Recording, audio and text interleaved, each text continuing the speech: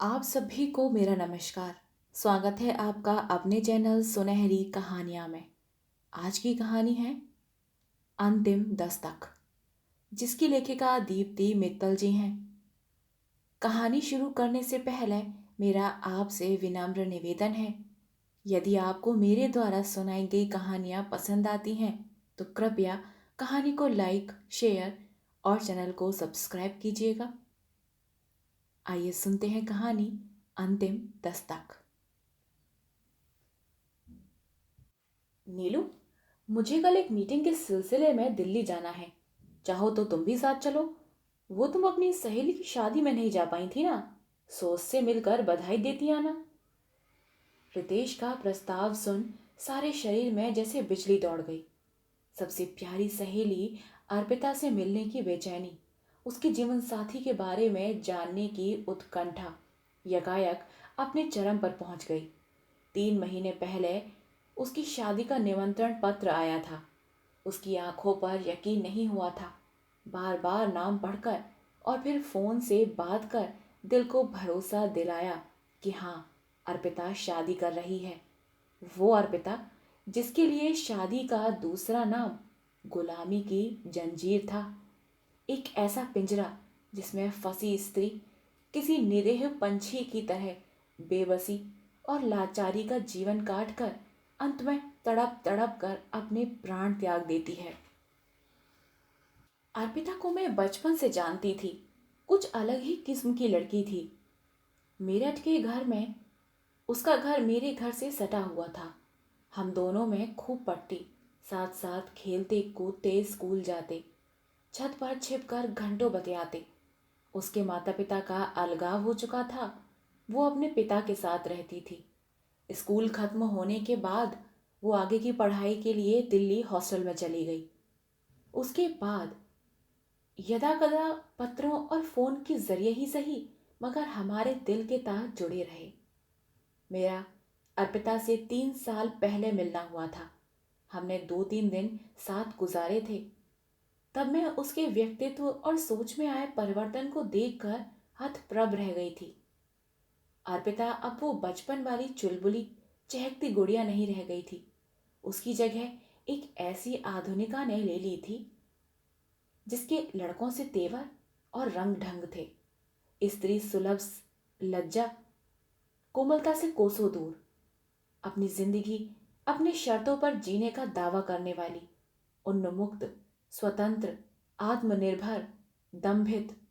वो खुद को सामान्य लड़कियों की श्रेणी से परे समझती और उनकी तरह शादी ब्याह कर घर गृहस्थी बसाना अत्यंत हीन कार्य समझती थी।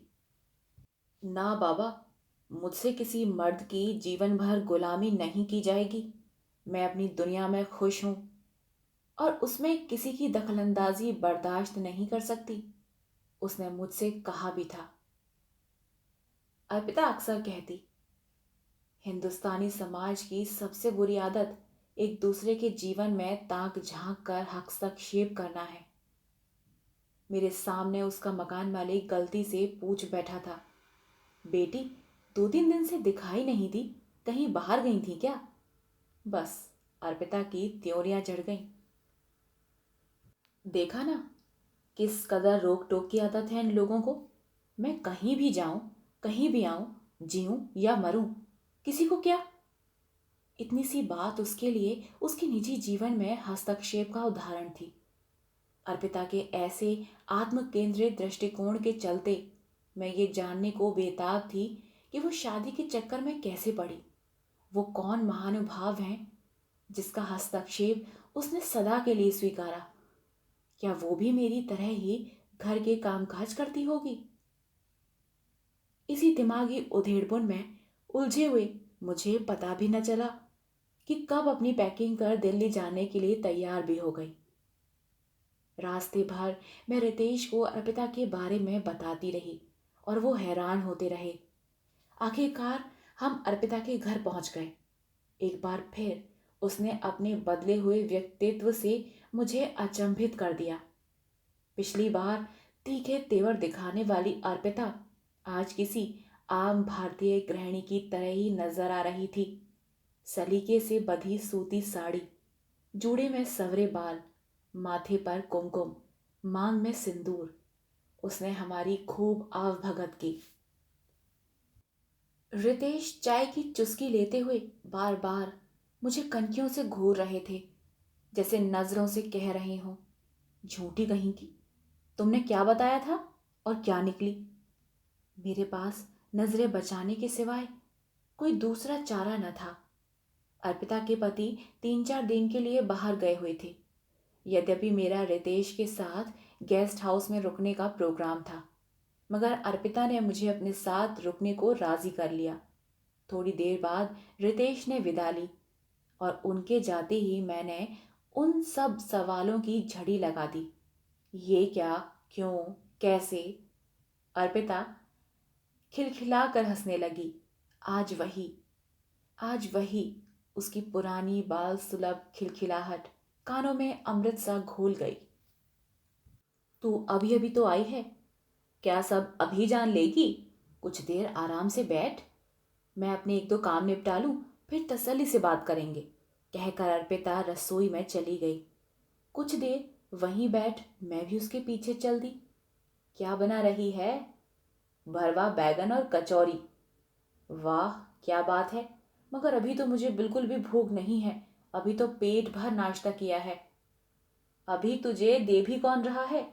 ये तो मैं अपनी पड़ोसन संध्या के लिए बना रही हूँ। वो माँ बनने वाली है, 3रा महीना चल रहा है। आजकल उसका चटपटा खाने को मन करता है, मगर मॉर्निंग सिकनेस की वजह से रसोई में भी नहीं जा सकती। कल बातों बातों में यूं ही कह रही थी कि भरवा बैगन और कचौरी खाने का बड़ा मन कर रहा है। सोचा आज उसे सरप्राइज देकर खिला आऊं। मुझे एक और झटका लगा। पड़ोसियों के हालचाल पूछने तक को बुरा समझने वाली लड़की आज अपनी पड़ोसन को सरप्राइज देकर कुछ खिलाना चाहती है। यकीन नहीं हुआ।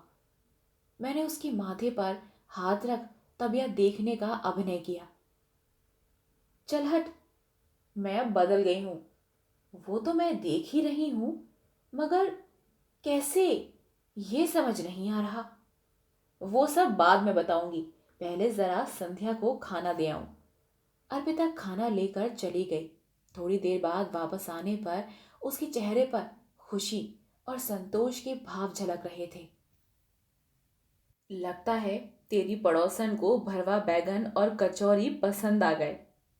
हाँ, वो इतनी खुश हुई कि क्या बताऊं। मेरा पेट तो उसका खिला हुआ चेहरा देखकर ही भर गया। सच, दूसरों के लिए कुछ अच्छा कर उन्हें खुशी देने में कितना सुख है, ये मैंने बहुत देर में सीखा। कहते हुए अर्पिता की आंखों में एक अजीब सा सूनापन छा गया। वो शून्य में ताकने लगी, जैसे अतीत की किसी चौखट को छूने चली गई हो। कुछ पल वहीं ठहर कर वापस वर्तमान में आई और बोली, तू कुछ अपनी सुना, घर में सब कैसे हैं? देख, मेरे सब्र का और इम्तिहान मत ले। मतलब? अर्पिता ने मुस्कुराकर कहा। मतलब ये कि मुझे तेरी पर्सनल डायरी का एक एक पन्ना पढ़ना है। जब हम इससे पहले मिले थे तो तू बिल्कुल भी ऐसी नहीं थी। उसके बाद तेरे जीवन में ऐसा क्या हुआ जिसने तुझे इतना बदल दिया? बताती हूँ। पिछले साल की बात है, मैंने अपनी नौकरी बदली थी, इसीलिए फ्लैट भी नए ऑफिस के आसपास ही देख रही थी। बड़ी मुश्किल से एक जगह घर मिला। वहां अधिकतर मध्यम वर्गीय और निम्न मध्यम वर्गीय लोग रहते थे।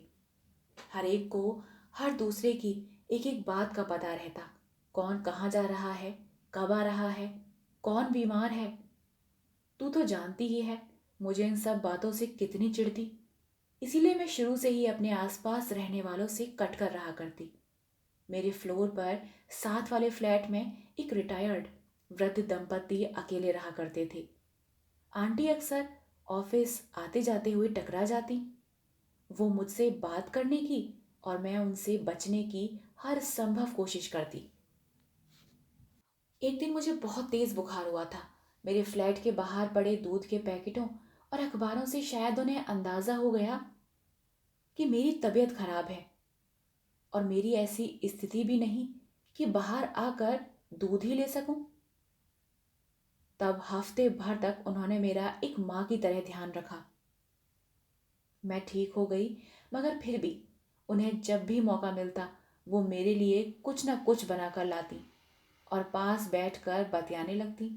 उनका व्यवहार आत्मीयता से भरा था।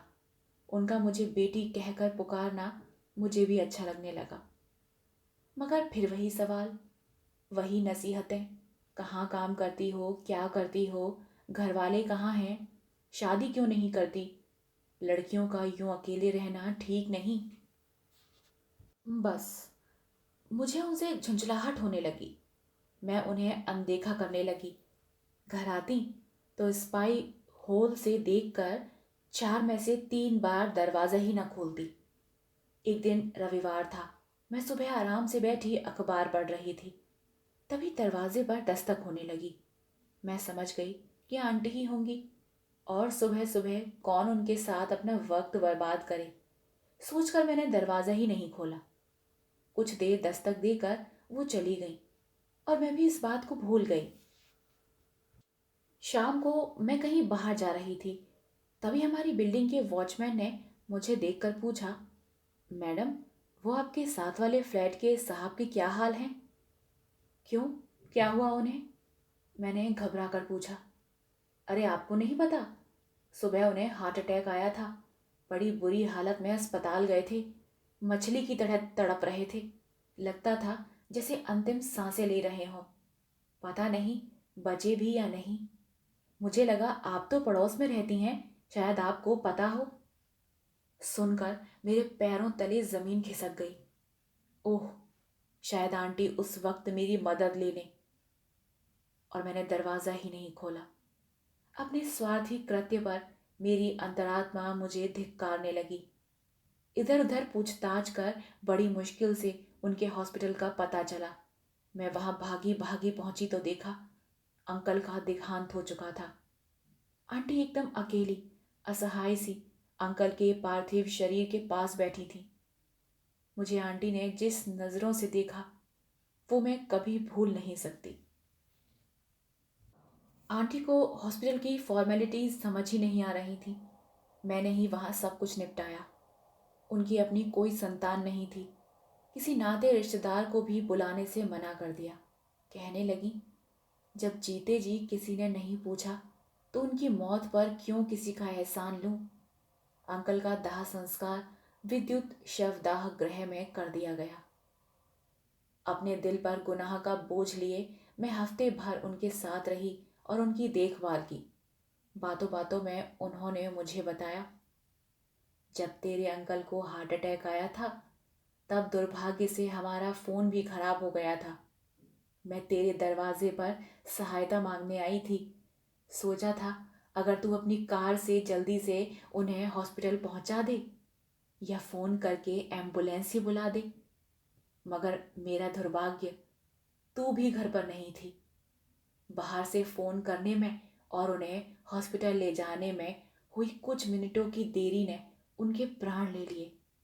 डॉक्टर कह रहे थे अगर 10 मिनट पहले आए होते तो बच सकते थे। खैर, नियति को कौन टाल सकता है?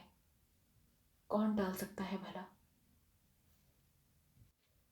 मैं उनसे क्या कहती, कैसे बताती कि उस दर्दनाक घड़ी में मैं घर पर ही थी, मगर अपने क्षणिक स्वार्थ में आकर मैंने दरवाज़ा ही नहीं खोला और उनके सुहाग को मौत के मुंह में धकेल दिया।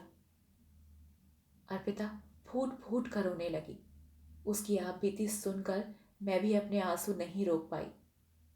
क्या बताऊं नीलू, आज तक अपने कंधे पर उस गुनाह का बोझ ढो रही हूँ। आंटी जब तक मेरे पड़ोस में रही मुझे अपना सबसे बड़ा हितैषी समझती रही और मैंने उनका सब कुछ छीन लिया। ऐसा मत बोल अर्पिता, तुझे क्या पता था कि वो किस मुसीबत में है? इसी बात का तो दुख है नीलू। मुसीबत पहले से बताकर तो नहीं आती। और जब वो मुझे अपना समझ सहायता लेने आई तो मैंने उन्हें खुद तक पहुंचने का मौका तक नहीं दिया। उस दिन के बाद वो कभी मेरे घर नहीं आई, मेरे दरवाजे पर उनकी वो अंतिम दस्तक आज भी मेरे कानों में गूंजती है। उस दस्तक ने मेरा जीवन के प्रति नजरिया ही बदल दिया। जिन सामाजिक मूल्यों की मैं खिल्ली उड़ाती थी, उनका गहन अर्थ समझ आ गया। धीरे धीरे मैंने आसपास के लोगों को सम्मान की दृष्टि से देखना शुरू कर दिया और पाया कि एक दूसरे के सुख दुख बांटने से, एक दूसरे के काम आने से कितना रस घुल जाता है जीवन में। उन्हीं दिनों मेरी मुलाकात राज से हुई। मेरे ऑफिस में उनकी नई पोस्टिंग थी।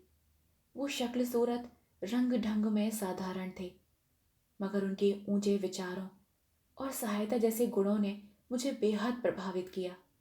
हम करीब आए और फिर हमने शादी कर ली।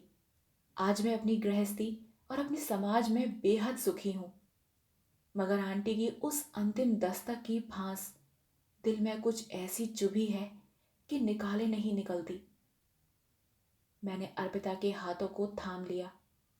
ये 3-4 दिन कैसे निकले पता ही नहीं चला। हमने जी भर बातें की, अपने खट्टे मीठे अनुभव बांटे, मगर अर्पिता के दिल में चुभी वो फांस मैं भी नहीं निकाल पाई।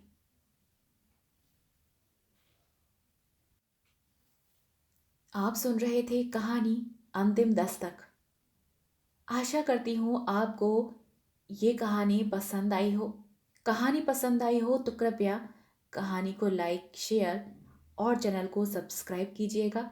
मिलते हैं एक नई कहानी के साथ। तब तक के लिए धन्यवाद।